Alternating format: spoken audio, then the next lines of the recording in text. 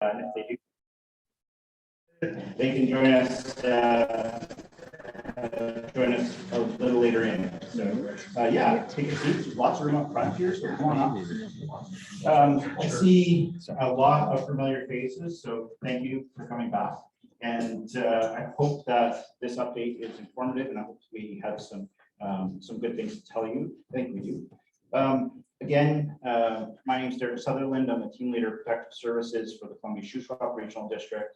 I lead the Shuswap Emergency Program team, and the Shuswap Emergency Program is a partnership between the City of Salmon Arm, the District of Sicamous, and the electoral areas of the CSRD that are around Shuswap. So we help the District of Sicamous manage the emergencies that happen here. So there has not been a higher priority for us at the CSRD office in the Shuswap Emergency Program than this issue here since November of last year. So we've been working very, very hard on it, and I think have it as good as I think we can get it. And I'm hoping that with the partnerships with you folks that we can really create some resilience in your community and help you deal with this hazard that's kind of looming. So I want to start with a quick round of introductions, and I want to introduce you to the team that you have here today. So let's start with the district staff. Maybe we'll start over here with you, Jen. Hi, I'm Jennifer Bruns. I'm the corporate officer with the District of Sicamous. I'm Jason Friend. I'm the community services manager for the District of Sicamous. I'm Parliament Manager, District of Sicamous. Fred O'Dino, Fire Chief, District of Sicamous. Harrelson, Elected Operations and Public Works. Sarah? Sarah Kyle, Executive Assistant for the District of Sicamous. Okay, I think that's the district staff. Is that right? Okay. Tracy, you want to start us off with for the CSRD and sub-staff? Sure. So my name is Tracy Hughes. I'm the Communications Coordinator for the CSRD, and I act as the Public Information Officer for the Shuswap Emergency Program. Thank you. Tom? Tom Hanson, the Emergency Program Coordinator for the Shuswap Emergency Program. Starla?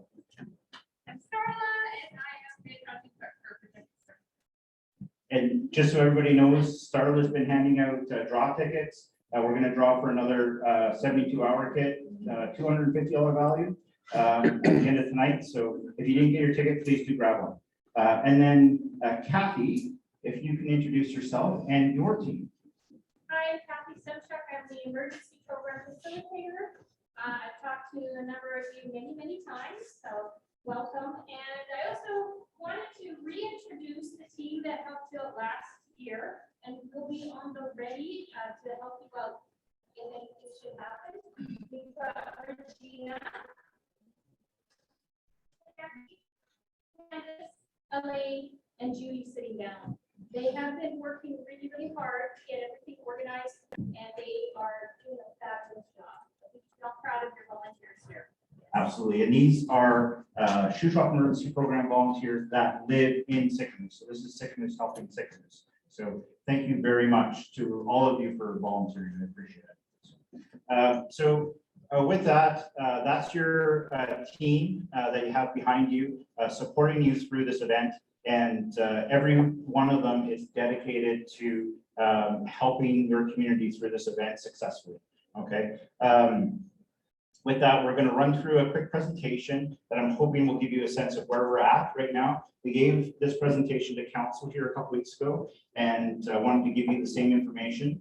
And then at the end, Evan's going to come up and say a few words, and then we're going to go into some questions. So if you have any questions, you ask a question throughout, but if you want, you can go to the end and we can deal with that too. Okay, so we'll get going.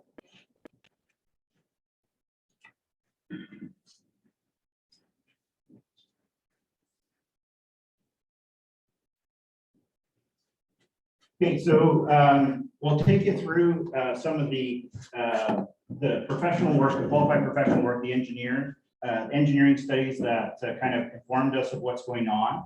And we'll let you know how we got to this point. We'll let you know some of the funding that we've received from Emergency Management British Columbia. And for some of the projects we're doing for resiliency building on this issue, the Wiseman Creek post-wildfire debris flow hazard specifically.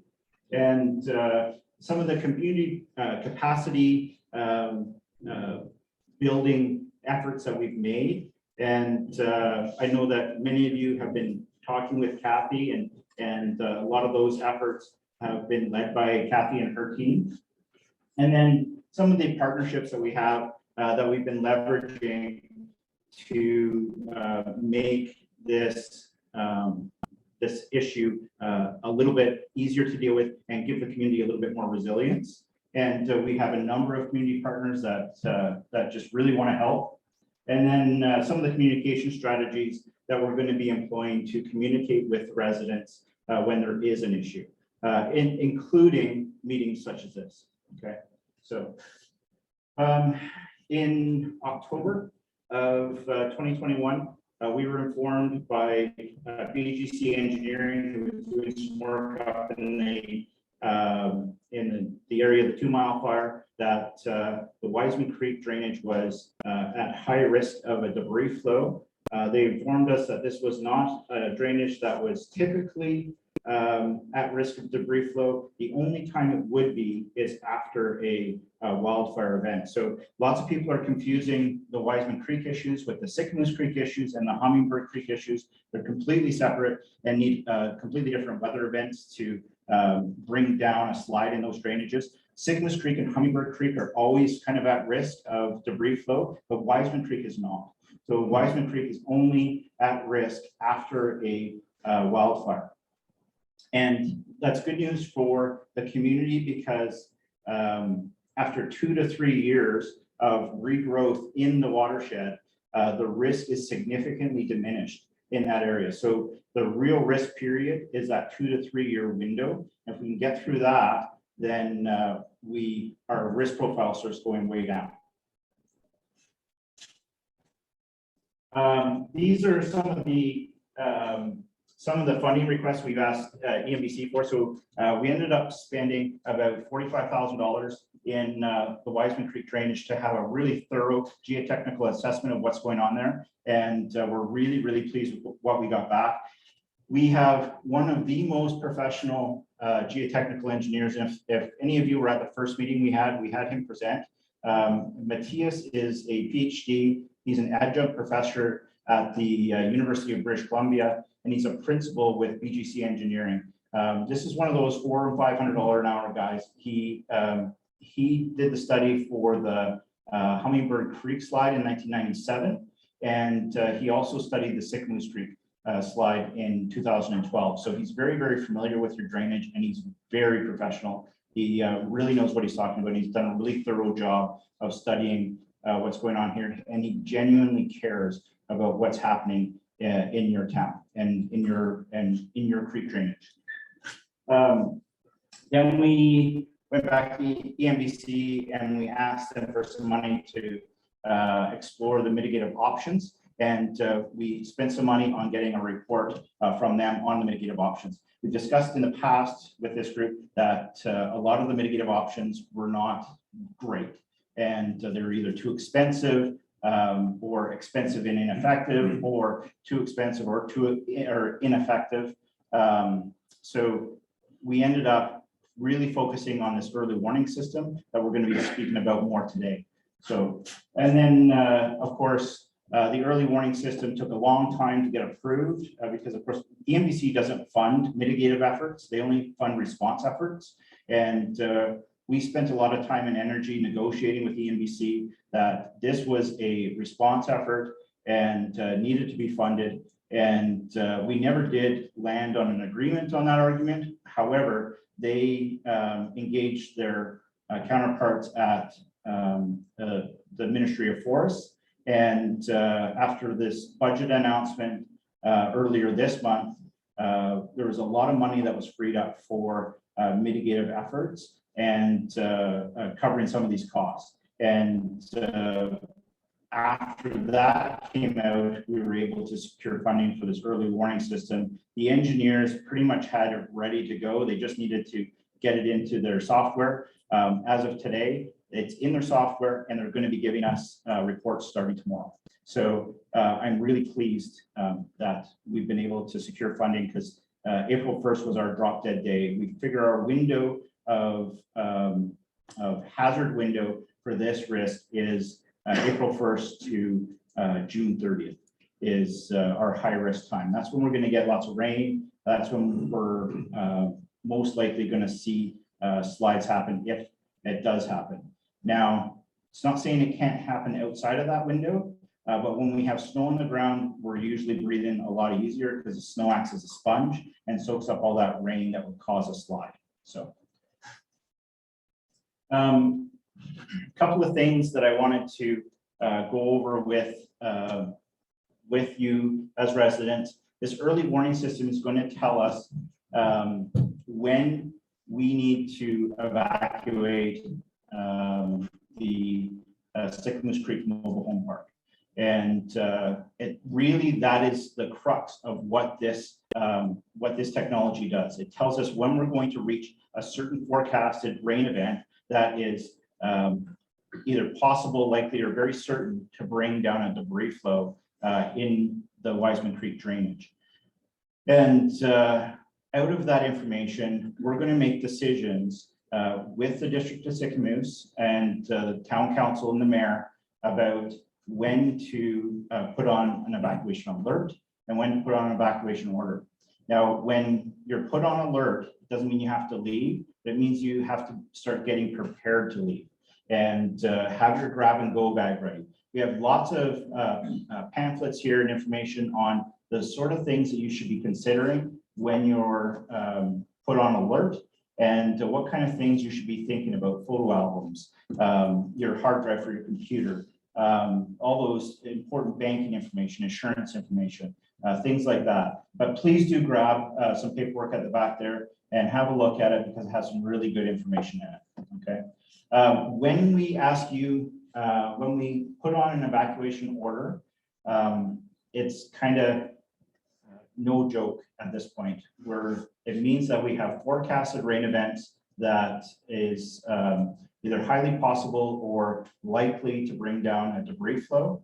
And we're going to ask you to leave and come straight here to the senior center. If you need supports, we will give you supports. We'll put you up in a hotel room. Kathy's great volunteers, the Sycamoose Helping Sycamoose, are going to be here to support you. And I know many of you have already pre-registered for those supports, so that we have all your information in. We just have to hit a button, let them know you're here, let them know you're on order, and those supports kick in. So please do come here and let us know that you're safe, and let us help in any way that we can. Okay. We talked about it before. I'll talk about it again, just to kind of drive the point home, and to let those new people in the room know we may evacuate you and nothing may happen. And then we'll take the evacuation order off. You're welcome to go back home. And we may ask you to evacuate again. And we may do that several times. It means we've had these forecasted events. The tool isn't perfect.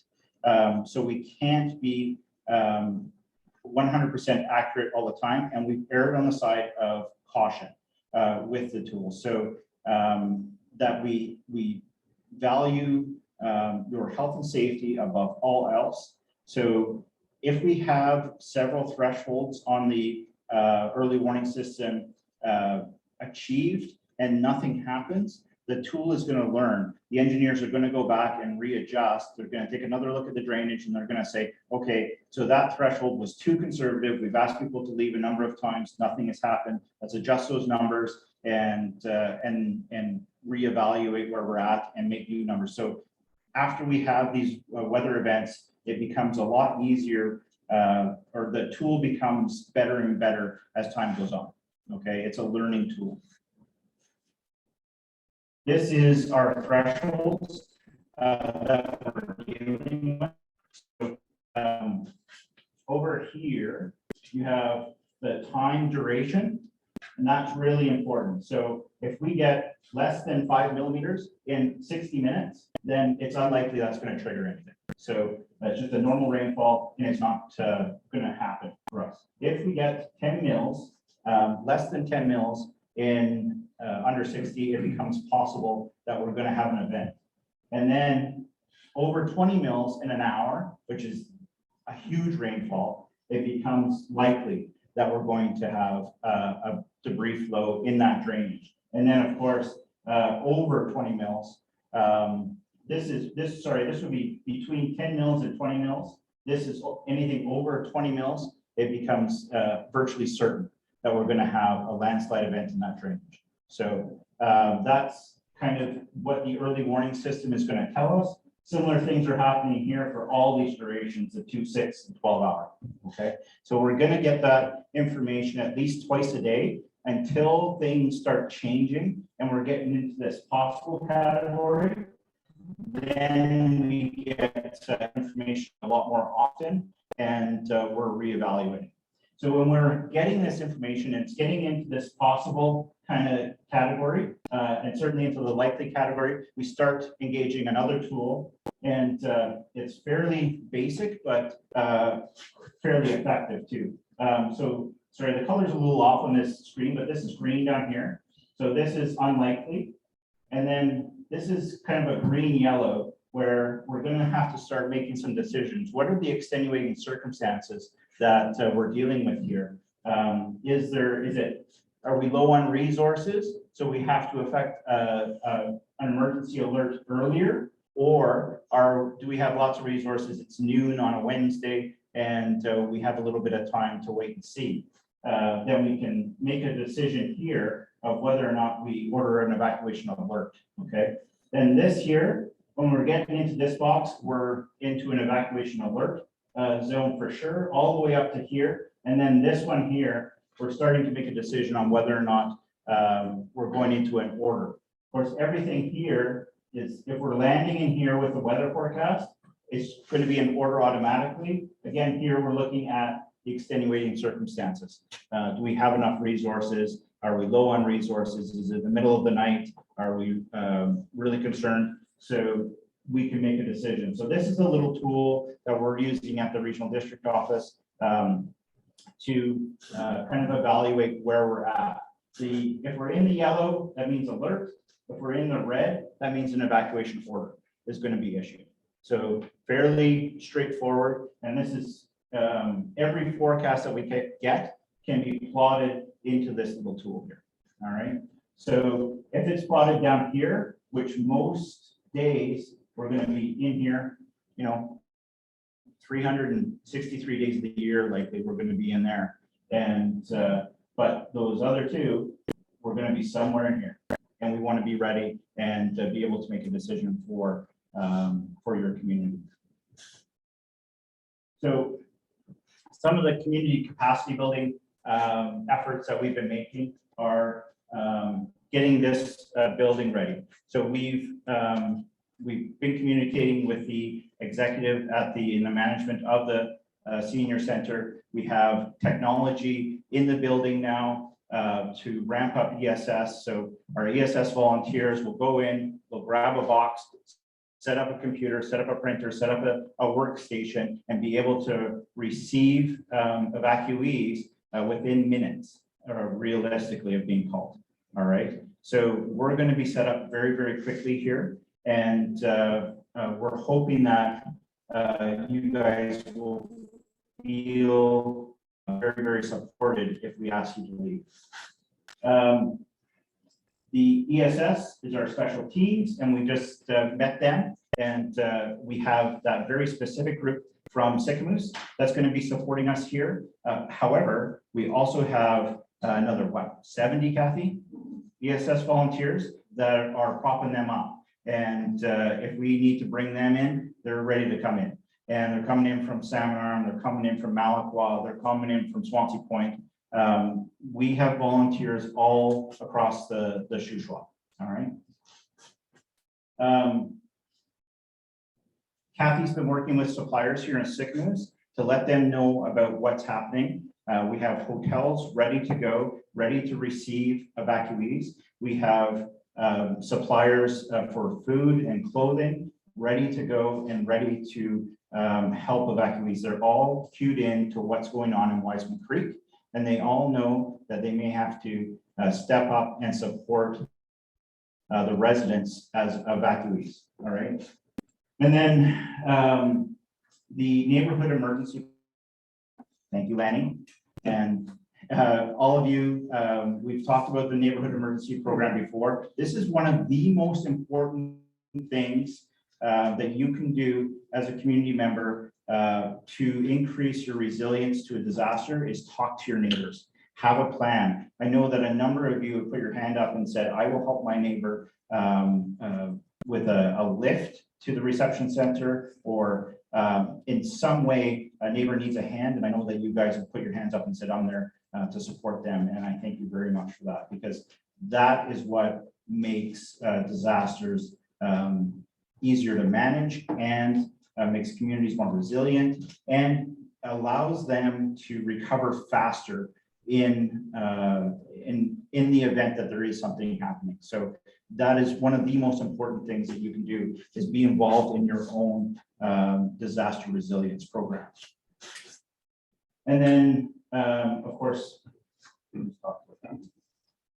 these are some of the partnerships. If you look to the back of the room, you'll see an RCMP member, know what is going on with this situation in Wiseman Creek. They know that their partners in search and rescue need to be called upon when we say, okay, our thresholds have been met, we're putting on alert, we're putting on an order. Mapping has been done ahead of time. Orders have been drafted ahead of time to make everything go quickly. BC Ambulance has been engaged here in Sycamore.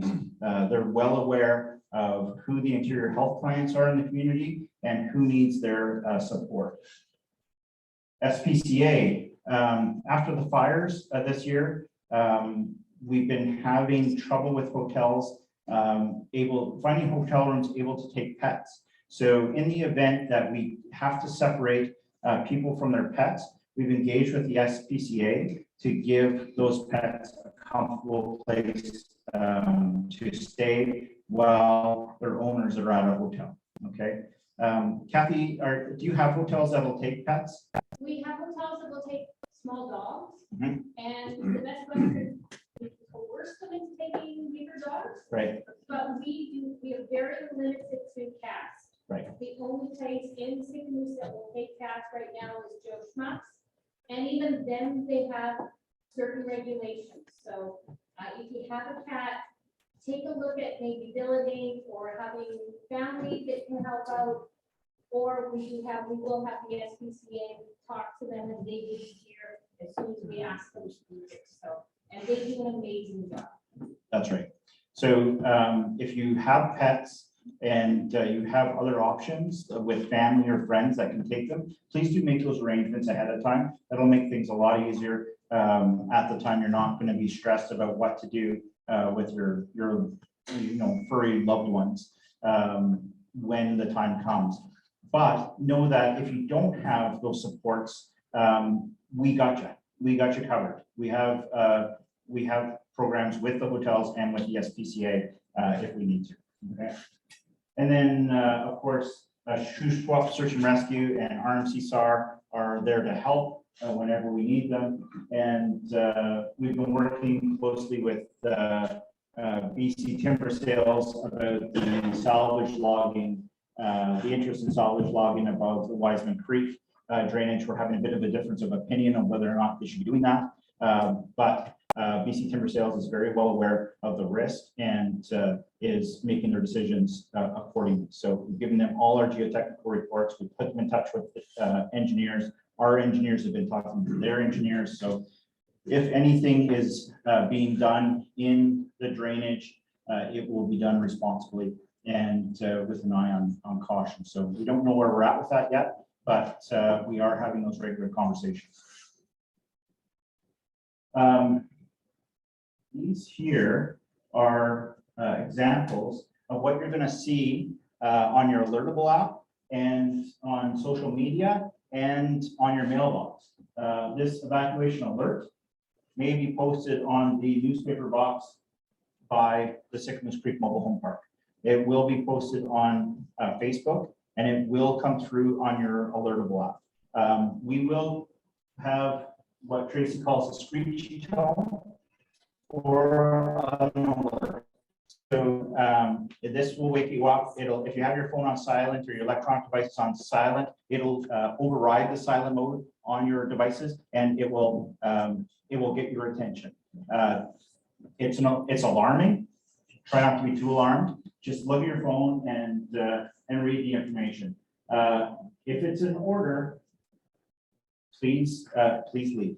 Okay, come here. We'll be ready for you. All right. We have a plan in place. If you get an order, come to the senior center. We will be here to support you. Okay. And if you don't have the alertable app yet and you have an electronic device to put it on, then let us know. We'll help you download it. If you do not have an electronic device to put it on and have email, we can set you up so that you get a notification to your email. If you would like a notification to your landline, we can also help you with that. Okay, please see Tracy after, and if you need assistance setting that up, and we will get you hooked up with that. Okay, we should be able to hit just about everybody.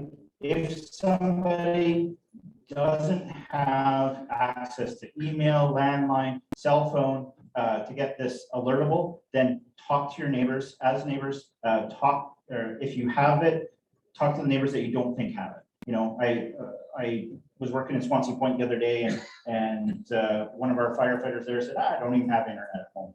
And so that's the kind of person that you need to be aware of. And with neighbors helping neighbors, go knock on their door and say, hey, listen, we just got this alert. Did you see it? And something like that, just that little extra goes so far to helping people survive this kind of event and survive well.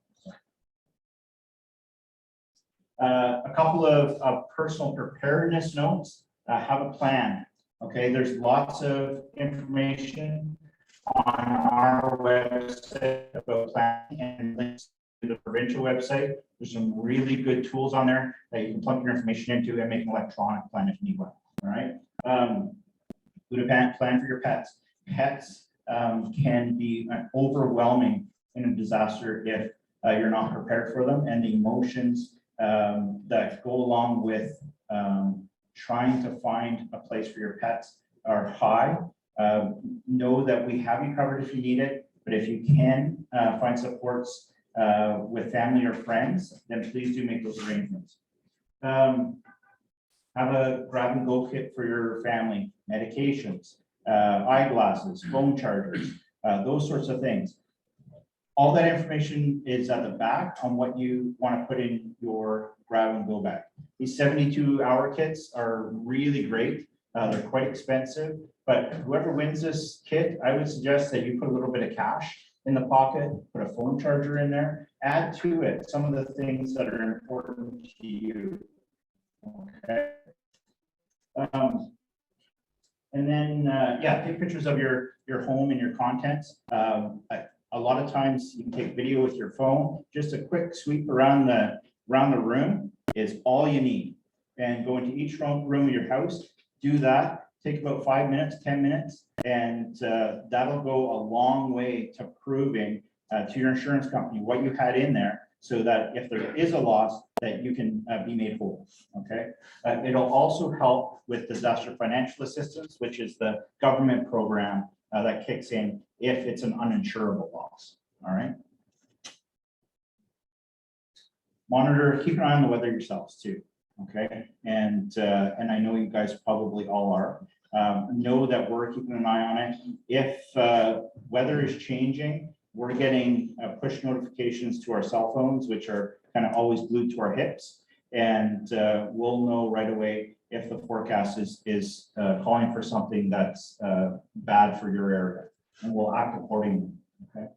And then, yeah, look for signs in your stream, the Wiseman Creek that comes through the trailer park. If the color starts to change, if the flow starts to change, if it starts to dry up when it shouldn't be, then that's all signs that things are jamming up top.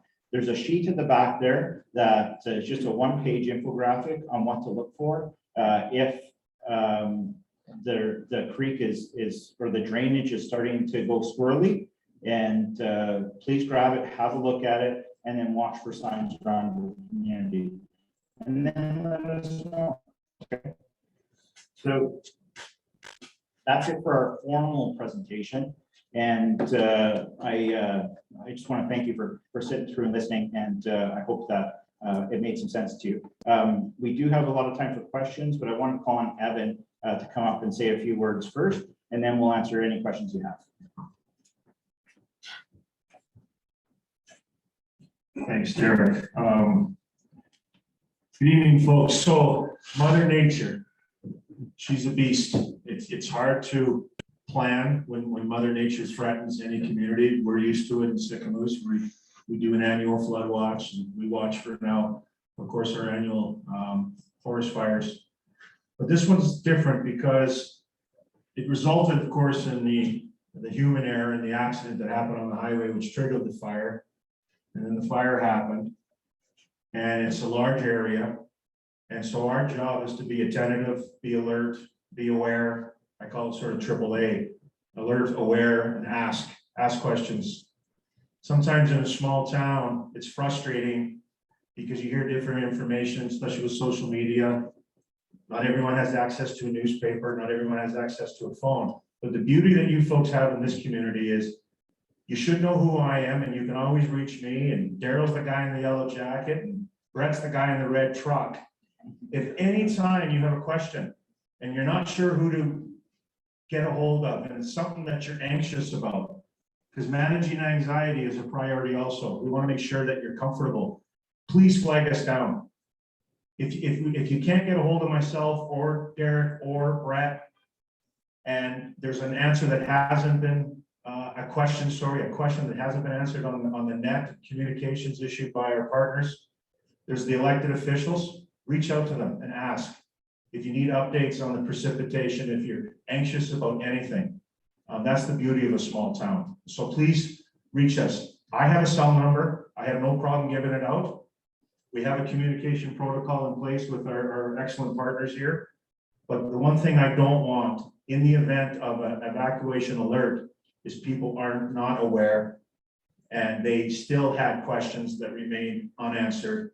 And we don't want that, because it's about you folks first, it's about life, it's property second, and we've got a whole plan in place to make sure we're there. It was tested last year in the forest fires.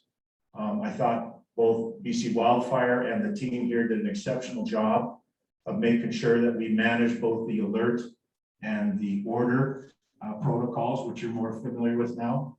But I just want to emphasize that you've got a whole team behind you.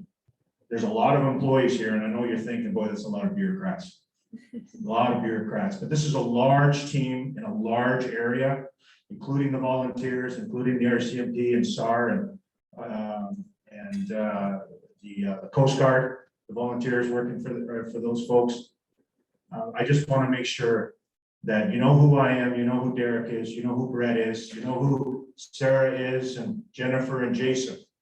So please ask, be alert, be aware, be attentive, and be available for each other. You know, because it's all about anticipating an evacuation order, that is Mother Nature, right? We just don't know. Nothing may happen. Something may happen. It's just hard to predict weather. So with that, I'll turn it over to questions. And thank you. This is a great turnout. Thank you so much for coming out tonight. Absolutely. Thanks, Evan. Okay, so we'll turn it over to you guys, and we're prepared to take any questions that you have. Yes, sir. Has there any been talks about wildflower planting, like the fast growing plants to stabilize the hillside up there? Yeah, there's been talk of it, but even those won't regrow fast enough in order to stabilize it in the short term.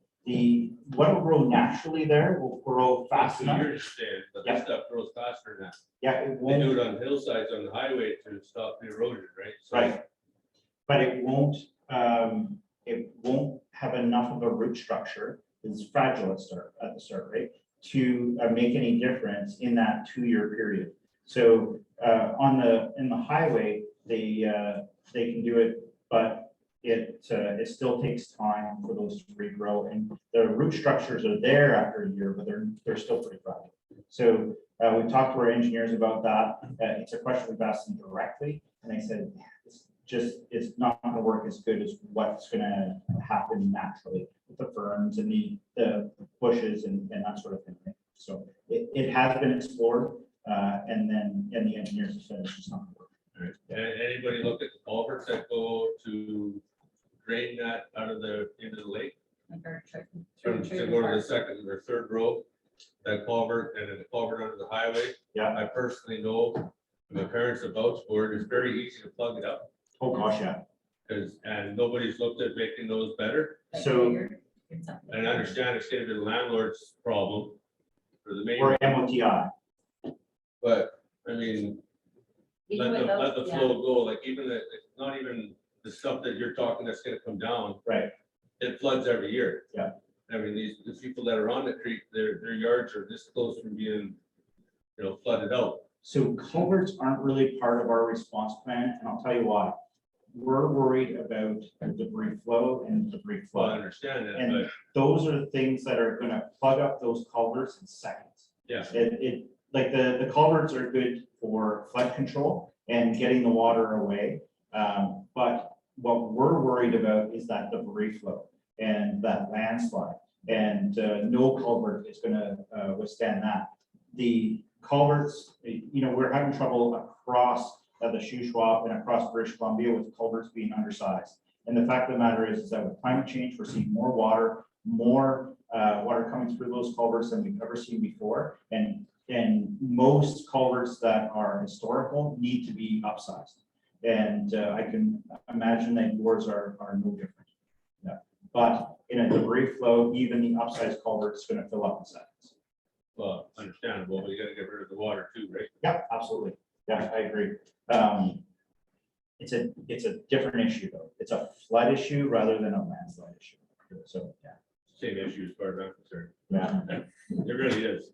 Yeah, flooding's always something that we have to be aware of and have to be cognizant of. And that we have to be lobbying government to dig up the highway and put bigger culverts under it. But it's a huge undertaking. It's a lot of money, and they have to prioritize it the way they prioritize it. So we're still doing that type of work as part of our regular process, and talking with Danny Morris over at MOTI and saying, hey, listen, when are you going to do this? And are you looking at Wiseman Creek? And is this going to be a priority? But for the landslide threat, it's not going to help it, unfortunately. So we've kind of haven't been spending the landslide effort on culverts. But it's a good point, and it's well taken. Yes, sir. I was just wondering, after, let's say we're about to get a good rainfall. Yeah. Will somebody be, do you have a aerial picture of what the rain is expected after eventual rainfall? will be thought? Yeah, that's a great question. Tom, you want to speak to it? Yeah, and we did speak to the engineering company, and that's exactly what they'd like to do. What the funding to do this for further research would be at the time, in that situation, we said, we see a really big event, and we can get the funding to work in EMBC to pay for that geotechnical map to look at. That's what we would like to do. And like I said, if there's indication that we can convince EMBC that it's worth having a look from a professional, then we'll do that. We'll send someone out to have a look. And as Derek said, I don't know if it came up specifically in this conversation, but one of the things that Geotech said early on is we could get a big event and you won't notice anything necessarily down on the slope right away, where you might notice the creek start flowing and stuff. And an event might have happened up the stream. I remember you said it before the first conversations is one of the good things that might happen is you get an event that runs up, plugs up the plateau there somewhere, and nothing ever comes down the hill to what you get. And that might be a good thing. It gets rid of some of the vulnerable slope, plugs up from the plateau, it stays there. And that might be a best case scenario for us for the next couple of years before the risk goes down. And that will be something they would like to see. As Derek mentioned, what we've learned part of learning the model. Yeah, like to set a geotech up to look at it, you have to need to pay. And so that funding has to come from EMBC. So it is a emergency program, any, we're looking for any excuse during an event like that to be able to get them to fund sense what after that. Because it'll be an event.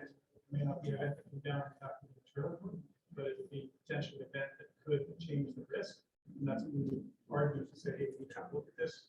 Some big events happen, you know, after it's gone, it's different than the slide that leads to the bottom. It's more Pronounced, yeah. So some of the work that Tom's been doing with the engineers, even today, was talking exactly about that. So the issue is that we have a large rainfall that comes down and maybe it doesn't cause a debris flow, but saturates the ground more so that it takes less of a rainfall tomorrow to bring down more of a debris flow. So the answer is yes, we're going to try and get a geotechnical engineer onto that slope every chance we get. And if I would ask that if anybody in this room sees any geotechnical events up in the or evidence of geotechnical events up in the higher parts of the drainage, let us know, because that will allow us to make an argument to get funding to have a geotech go up there and have a look what's going on, see what's changed, and then tweak the model so that it can learn from these types of events. So actually, if I can say one more thing. Yeah. I think in other events around the province, what typically happens too is agencies that we do work with, like MOTI and Flynn Road, when they have major events, weather events, they put off helicopters going up themselves, looking at the same thing because they have the same concern.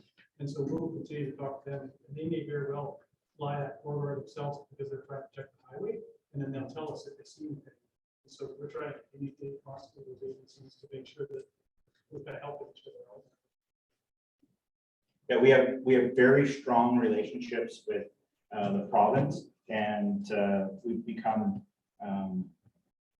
quite adept at making the arguments to get these things done. And but what we need is feedback from the community members. If you're seeing stuff that's changing, let us know so that we can start making those cases to free up cash. So they have to meet certain thresholds and check certain boxes in order for us to get the funding. So, and the sooner we can check those boxes, the sooner we can have somebody. Anybody else?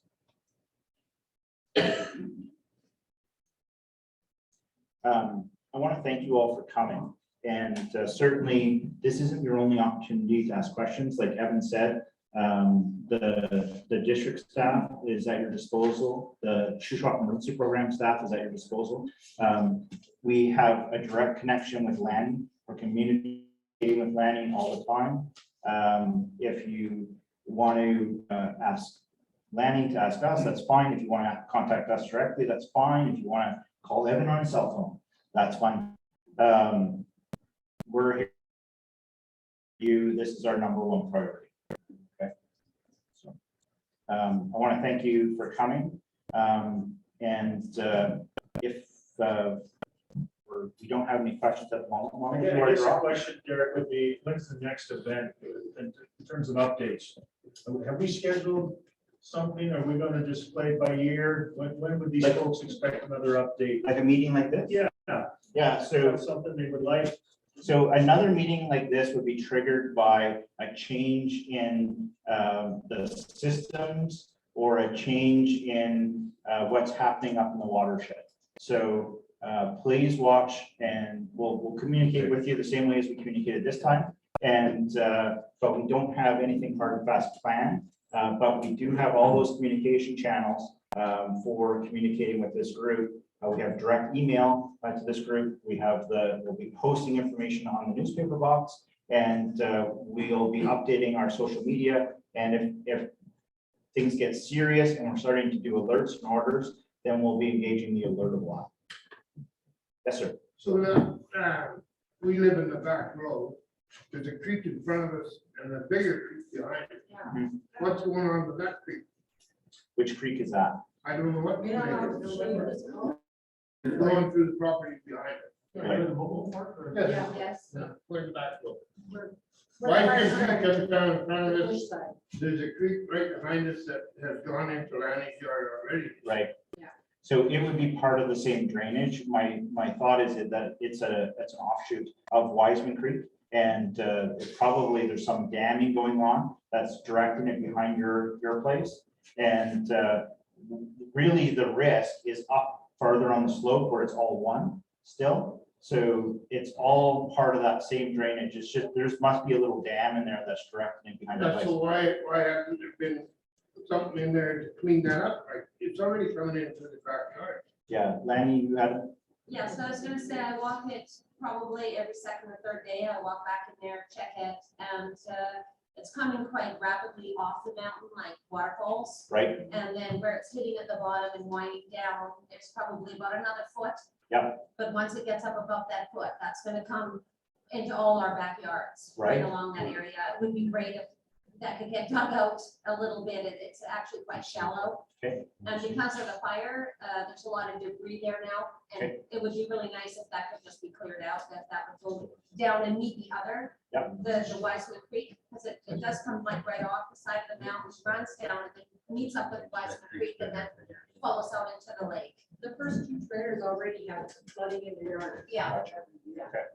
It's just, Happens every year. it does, it's a bad little area there. It's not very, But it's made it worse. Brett, would I be able to ask you to go over, have a look, get a little situational awareness on that? Yep. We can have a chat about it. Take a good look in there. There is some development above you guys trailer there. yeah. And what I suspect is it's probably hitting the ditch, maybe going through another culvert of some kind, possibly. Well, it has a path. It did come into my yard when it was dead. But we ran out there and moved all the logs and then it followed the same path again. But that path is still quite shallow. And if it does increase in water flow, it will flow our way. Yeah, it would just be a question of just running the backhoe down and just digging it out a little bit. Take a Like, look at it. He's got that. I got a backhoe for you too. I can arrange that. It's a done deal. Okay, that's great. So we'll just get some eyes on it and get some situational awareness. Yeah, that'd be nice.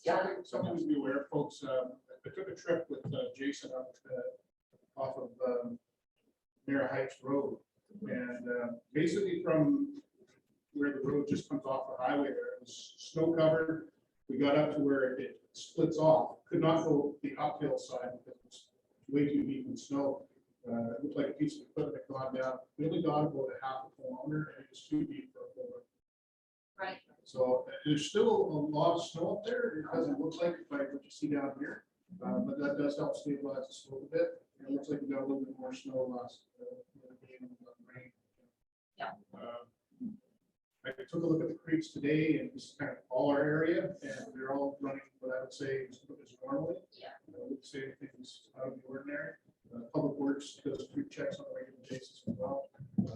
It's part of our challenge this spring where we start getting calls. So we get a little bit. It's just that little shoot off thing behind. us. Yeah, well, I think we can look at that. Yeah. Be awesome. It is every year. Yeah, every year. Yeah, so it's gonna be worse. Yeah. So we can do that. Just need some ideas. Not enough. Thank you, Brad. Tracy just reminded me to remind everybody that this early warning system is based on forecasted data. So it's going to happen in the future. We may be putting on an alert or an order when the sun is shining and there's not a drop of rain out there. And it's because it's forecasted data. We're really concerned about evacuation fatigue in the community as well. Please, if we ask you to leave, even if it's the fourth time and nothing's happened, I promise we know what we're doing. But it's just not an exact science that we're dealing with. And please don't hesitate to leave, okay? We will support you every time. Starla, should we do the draw? Yeah. 9033.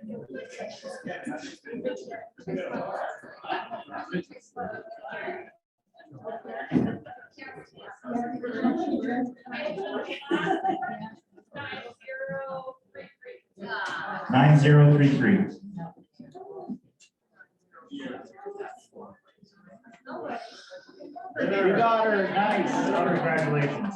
Yeah. Congratulations. That's fantastic. Okay, is there any other questions before we go? Yes, sir.